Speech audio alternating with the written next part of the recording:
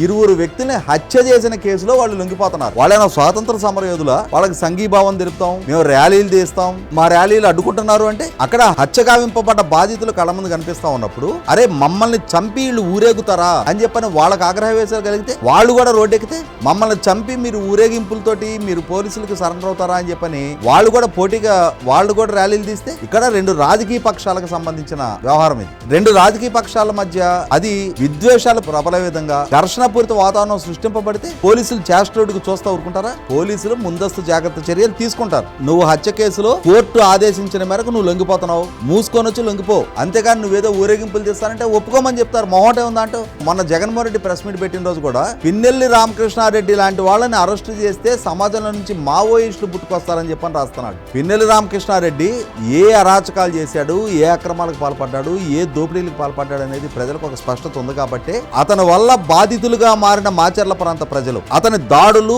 దౌర్జన్యాలతోటి బేతావాహులైన ప్రజలు కూడా మొన్నటి ఎన్నికల్లో ఓటు ద్వారా 30,000 మెజార్టీతో అతను ఓడించారు.